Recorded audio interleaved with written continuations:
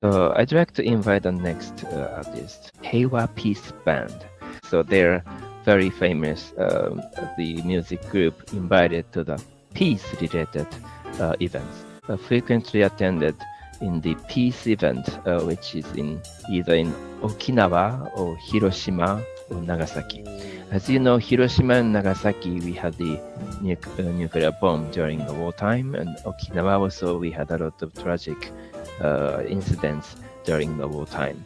So bringing the people's the message about peace, they're both performing in the United States and also the different cities in Japan. And not only while peace, they also actively working on the welfare area or maybe the human rights related matters and long-term care addressing the aging issues. We can hear those messages from them. So we're looking forward to listening to their message. Thank you. Okay. Please watch the movie. Cue.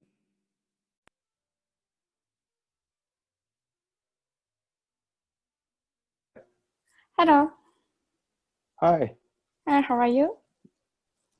Good. Thank you. Thanks for having me today. Let's start the interview. In your bio, I see you are doing concerts and events at nursing homes. Mm-hmm. So, could you please tell me how this all started? Yes, of course.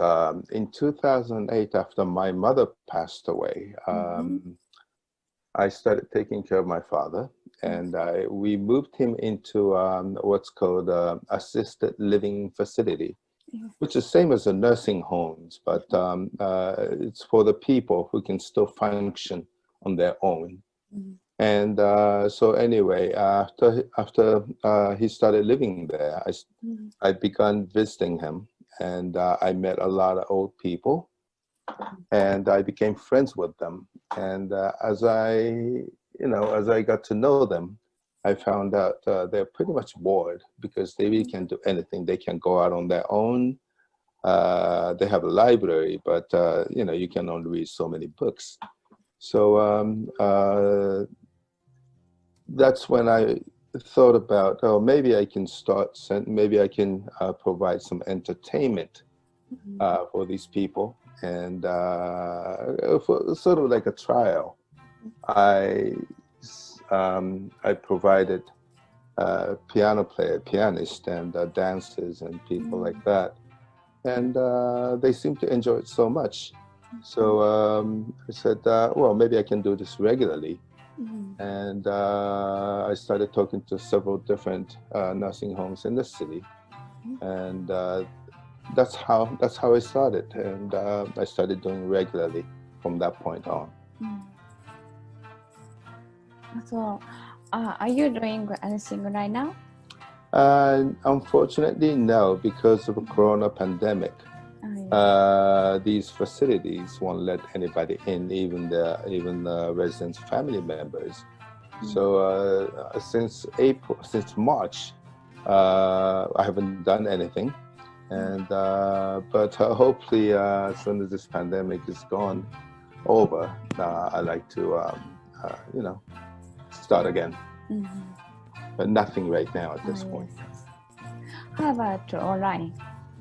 Online is not good because of these people. They're basically in their 80s and 90s, and they don't have their own computers, and also they're not very computer savvy.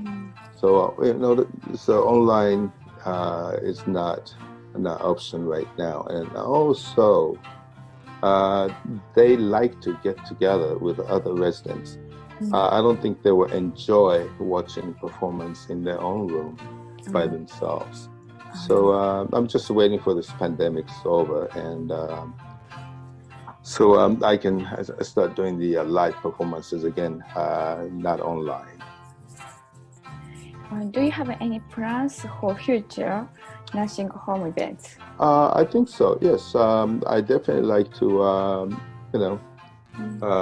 start doing this again as soon as this current pandemic is over, because I know those people waiting, and I actually get a call from a director of these nursing homes saying that if I'm ready to start doing this again. I said, of course, just let me know whenever they're ready, and I'll be ready. So yes, definitely I'd like to start doing this again, hopefully soon. I hope everything goes well. Well, thank you very much. Appreciate it. Yes. Thank you. Thank you for your time. Of course. Thank you. Thank you. Great. Okay. Have a good day. Have a good day. All right. Thank you. Bye-bye. Bye-bye.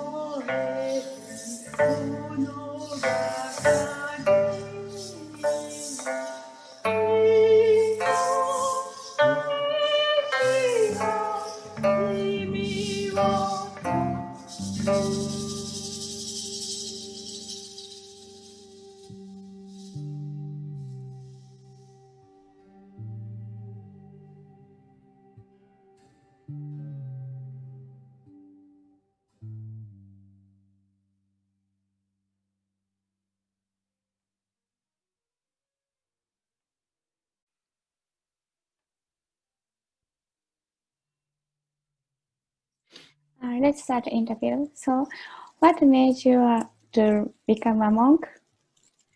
That's an interesting question. Actually, I still don't know what makes me really the monk, but because all the conditions that I have, because happen to be in a university of the Buddhism, and also my grandfather was a temple, and then my uncle was a priest too. So, but my father was not the priest. So all those things, you never control the life, how we're gonna go. But somehow, I went to the University of the Buddhism. Then at that time, I wasn't too sure, but then somehow I ordained. Although my intention really wanted to be a priest or not, I don't know at that time. But then later, I met a wonderful teacher, and so Jitsuen Kakehashi, after I graduated the university. And even like at the university, there's a overseas ministers course started. And so my uncle was actually a professor there too. So he need a student, so he asked me to take the class. So that's everything started. And then so now I took those overseas ministers course. And so then I have to go to the United States somehow. And then so that makes me to go to the other school where I met my teacher.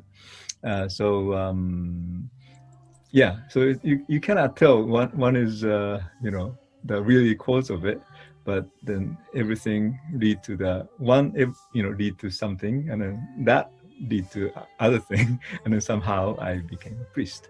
So by the way, I have no intention to become a priest when I was very young, because I don't like to go to the temple, because my experience was sitting on a temple for a long time, so it was a little suffering. So it's an interesting part of it. And yeah, when you are elementary school, the teacher asks what you wanted to become, right, in the future, you know. So all I know is I don't want it to be a Buddhist priest. That's all I knew. And then so I became a Buddhist priest. So. Oh, interesting story. So how did the Peace Foundation start? Actually, it was started like a couple years ago now, 3 years ago almost. And the reason why I wanted to start Peace Foundation is I wanted to focus on the peace for my old activities. Because things that I study in Buddhism, I practice Buddhism, is always focused on the peace. And so after I became a freelance Buddhist priest, you know, after I left the temple, so I really wanted to focus on something that, especially after I became a 50, I wanted to focus a little bit more what I really wanted to do. And so I have been doing a peace ceremony in Hiroshima and Nagasaki in New York for over 25 years.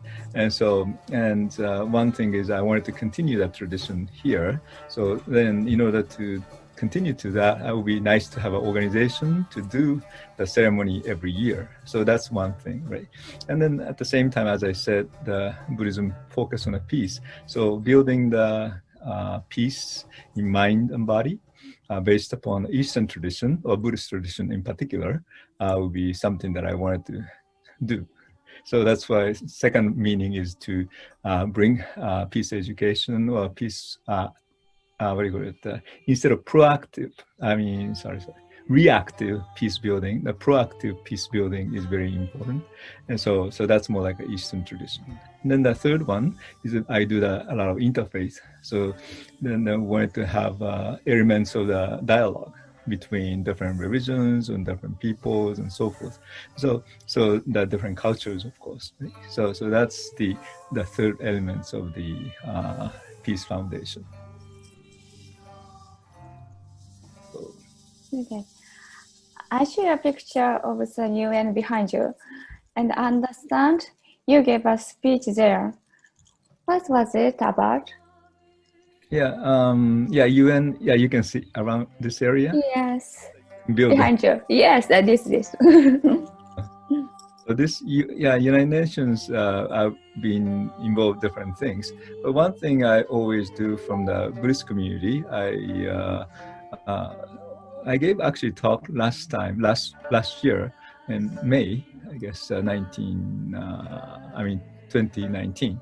And so there's a Vesak ceremony, which was the Buddha's birthday in a Japanese tradition, but then that's in a Eastern, Theravada tradition, they have three things together: Buddha's enlightenment, and then the birth, and then parinirvana. So those three are celebrating together. And so I was actually one of the keynote speech from the Mahayana Buddhism. And also one of those leading the Mahayana chanting as well. And so that's where you participated. And then, in fact, in terms of United Nations, that was at the General Assembly Hall, which was one of the biggest hall in the UN. Was kind of an honor and privilege to give talk that particular time and a particular place. So. And then the UN itself, actually, even like a Hiroshima Nagasaki ceremony, we did have a ceremony last year in August at the UN as well, on the same day as the August 5th. So UN is something important to bring the peace. I guess that's the only place that all the different nations gather. So from that sense, the UN is something very important. And I believe Heiwa Foundation also played music here across the street, across the river from the UN. That's where this picture is, right? This background. What would you like to accomplish in terms of bringing peace to the world? So that's an interesting question, but also very difficult questions too. So, but for me, I think peace should start within myself. You know, each of us should begin the peace instead of this is the way everybody has to go, but rather each one should find a way to bring the peace, and then each one should work for that. So for me, right now, I'm thinking was a path of peace. There's like a path of tea or path of anything ikebana and everything. It's kind of the path to reach to the enlightenment. So the path to tea, path of peace should be something that we should be focusing on. So in a way, each one find their own way of path to peace, and so bring the peace to the world. And so that's for me is the ideal. And I think it's connected to the reason why we started the Heiwa Peace Band. Also, we would like to encourage is because the music is a different area, but a lot of parts of myself is doing a lot of religious part of it. That's one way to bring the peace, my own way. And then so if the music, then the musicians, the performers, they can do their own way to bring the peace in a kind of different perspective.